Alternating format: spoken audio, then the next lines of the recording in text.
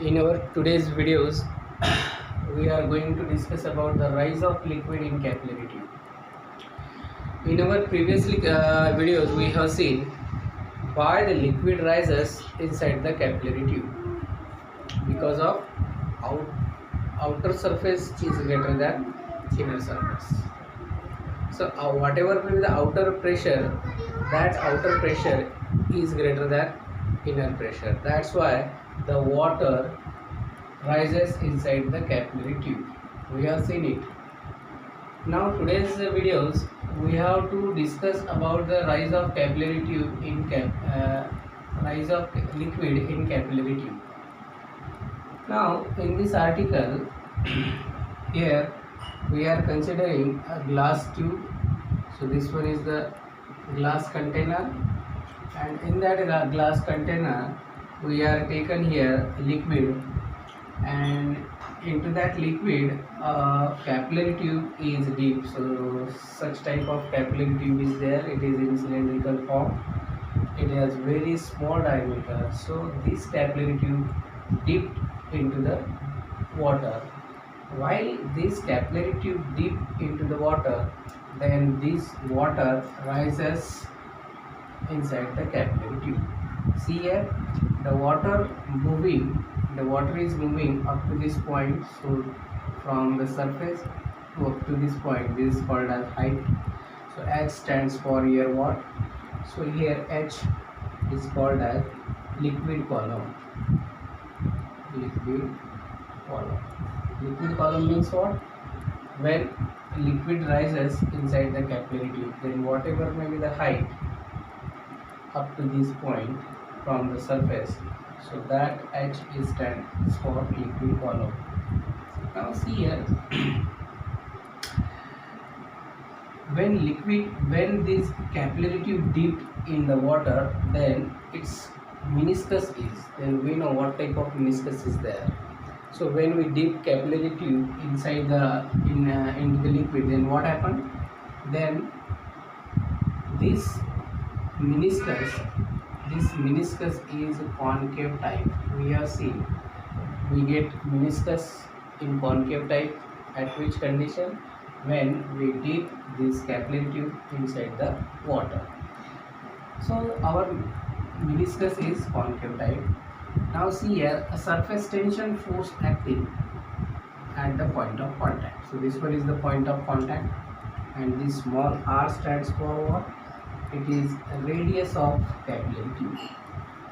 Radius of capillary tube. So at the point of contact there is which force acting? Surface tension. So this surface tension force acting at the point of contact. So at the point of contact we are considering one molecule, and the weight of molecule is obviously downward. So mg, that is the weight of meniscus, it is acting vertically in downward direction.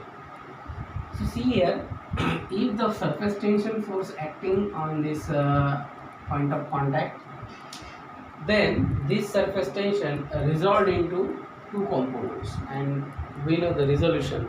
So resolution of surface tension. So surface tension is resolved into two components.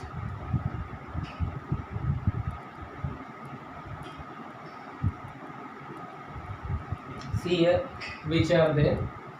One is f cos theta, another is f sin theta. We know in upward direction cos theta is always there. Why? Because this cos theta always balances the weight of meniscus here. So that's why exact opposite to the weight, always you should remember it here. In the opposite direction of weight there is always which component? Cos theta. So that's why we can write here, that is f cos theta and f sin theta. These are the two components. Now out of these two components, what is the function of f cos theta? The f cos theta always balances the weight of meniscus balances the weight of meniscus. So therefore we can write F cos theta is equal to mg. So this is our first equation. Why we are writing here F cos theta is equal to mg? Because see carefully at the diagram. So here at the point of contact surface tension force is acting. So that's why if the surface tension resolved into two components, one is F cos theta, another is F sin theta. So F cos theta is always in upward direction while F sin theta is always on the horizontal direction. What is the function of F cos theta here? The function of F cos theta is to balance the weight of that meniscus. So the here mg, that is the weight of meniscus. So that's why we are writing this equation. Now we know the basic idea for surface tension. So what is the formula to calculate surface tension? So we know that is surface tension is nothing but it is force per unit length.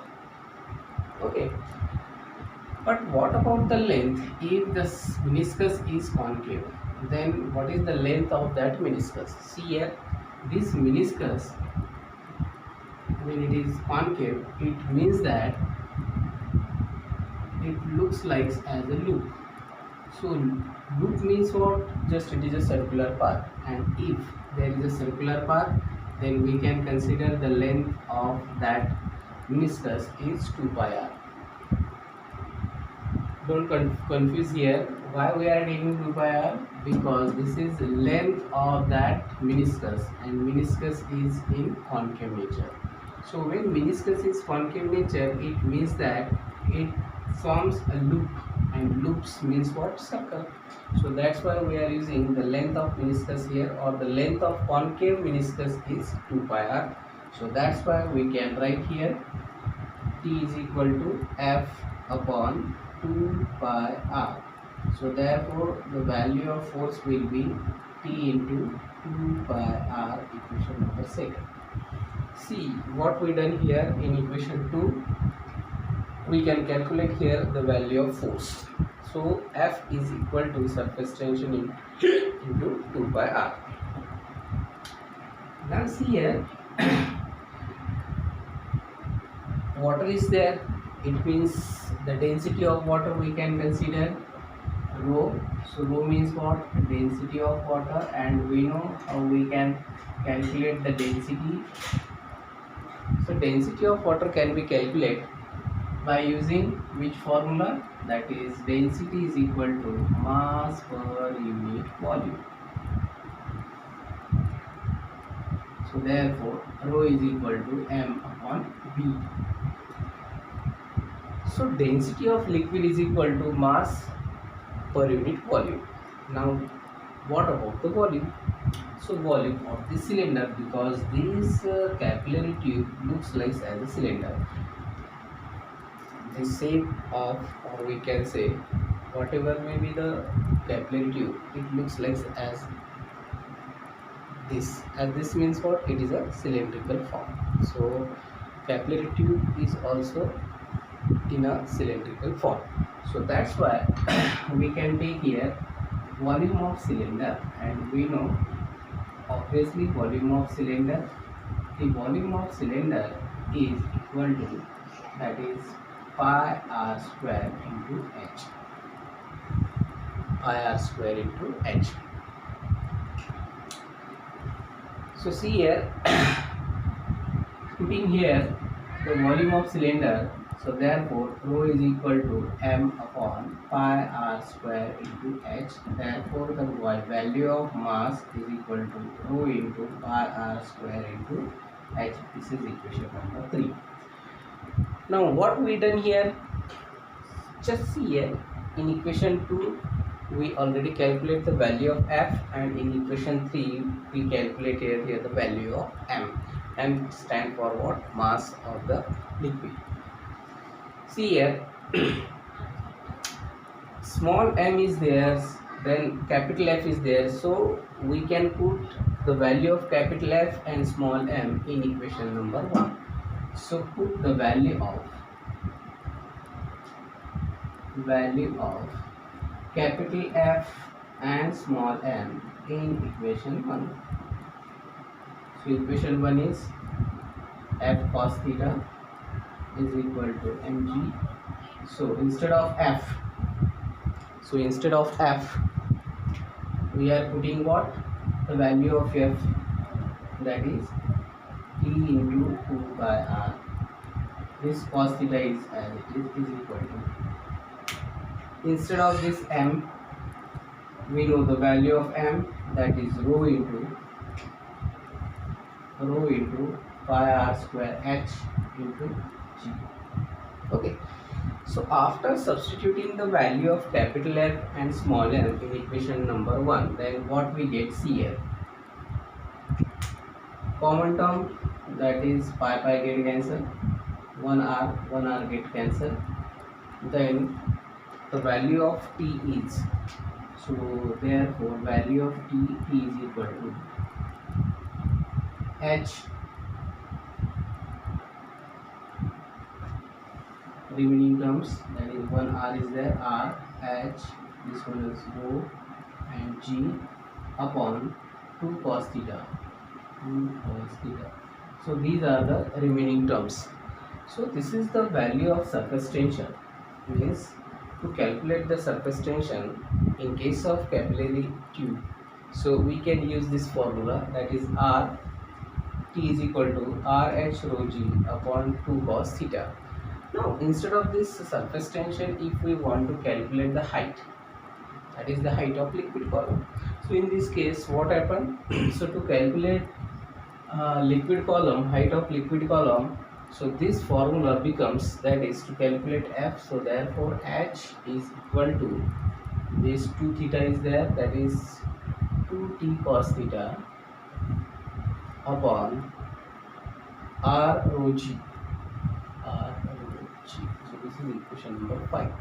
So with the help of equation 4 and 5, with the help of equation 4, we can calculate the surface tension, and surface tension is equal to RH rho g upon 2 cos theta. And using this equation 5, we can calculate the height of liquid column, and to calculate height of liquid column, h is equal to 2t cos theta upon r rho g. So these two formulas are very important for numericals. In this article, that is effect of impurities on surface tension, it means that when we add impurities in water, then what is the effect on the surface tension of that liquid. So for that purpose, we are considering here two types of impurities. Which impurities is there? Suppose inorganic substance is there, this one is the impurity in inorganic substance, and another is organic substance.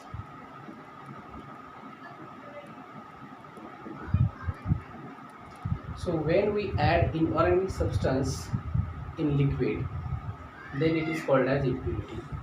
Or when we add organic substance in liquid, then also it is called as impurity.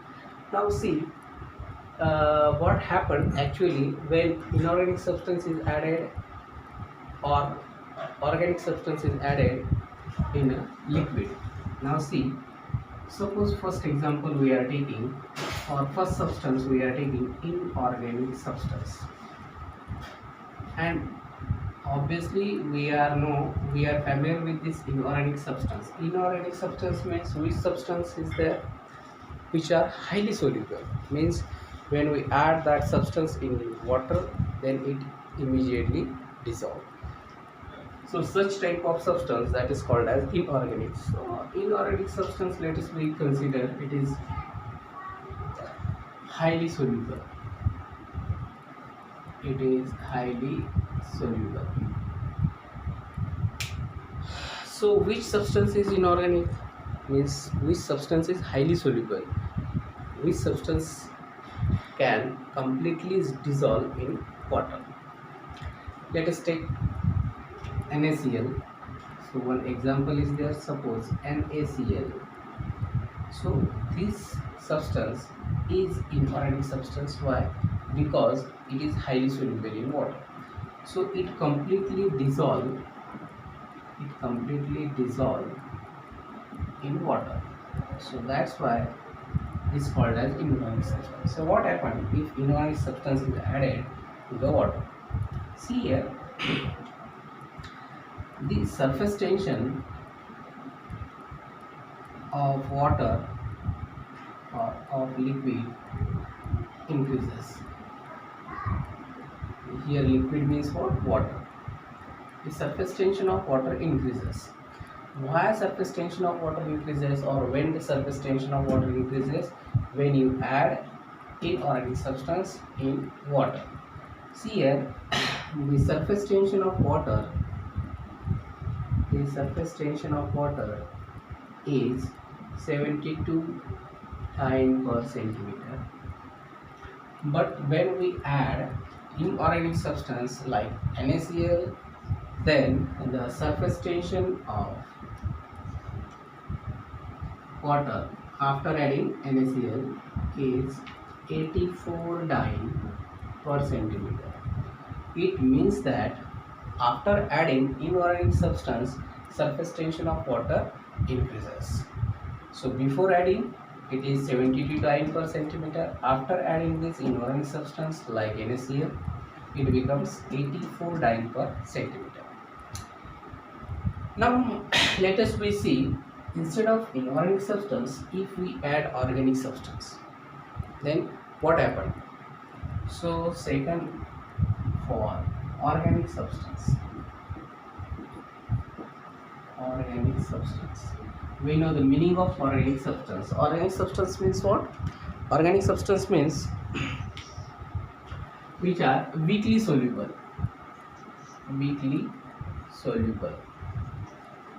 means which does not dissolve completely in a liquid. We can take any type of detergent. Suppose we are considering a detergent is there, detergent like Nirma, Wheel, then Tide, etc. You can use any detergent. If you add detergent in water, then what happens? This detergent is weakly soluble, so it is weakly soluble.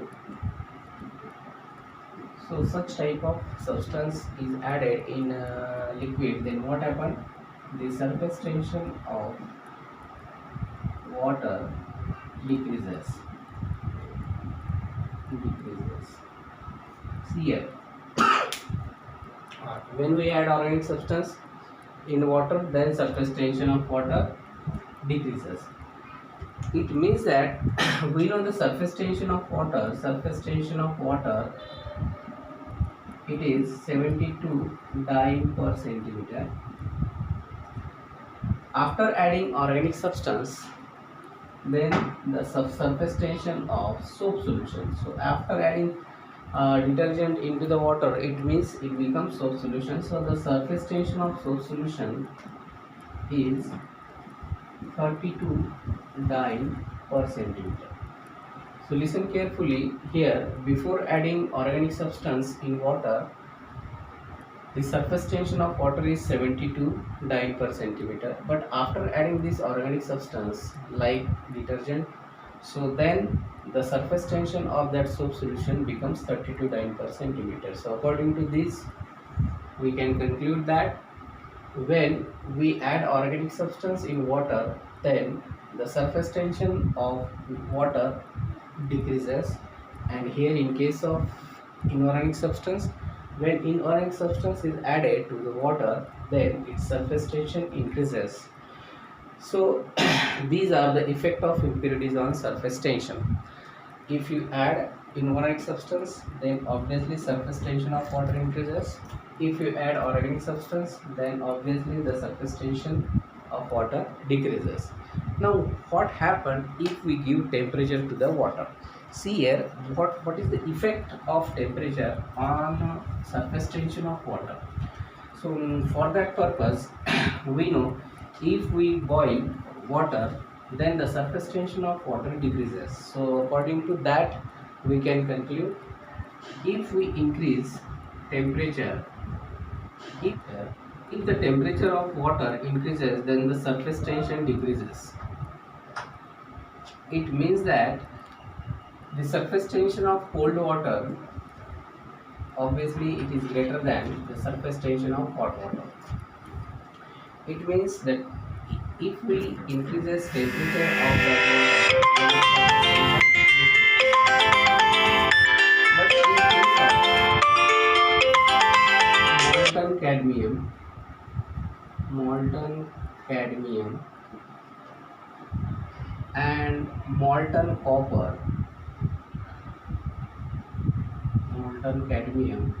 molten copper, in this case only surface tension increases, means temperature increases,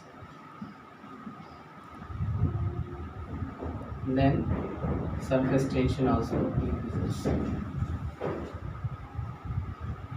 So you should remember here, the temperature always decreases the surface tension of water.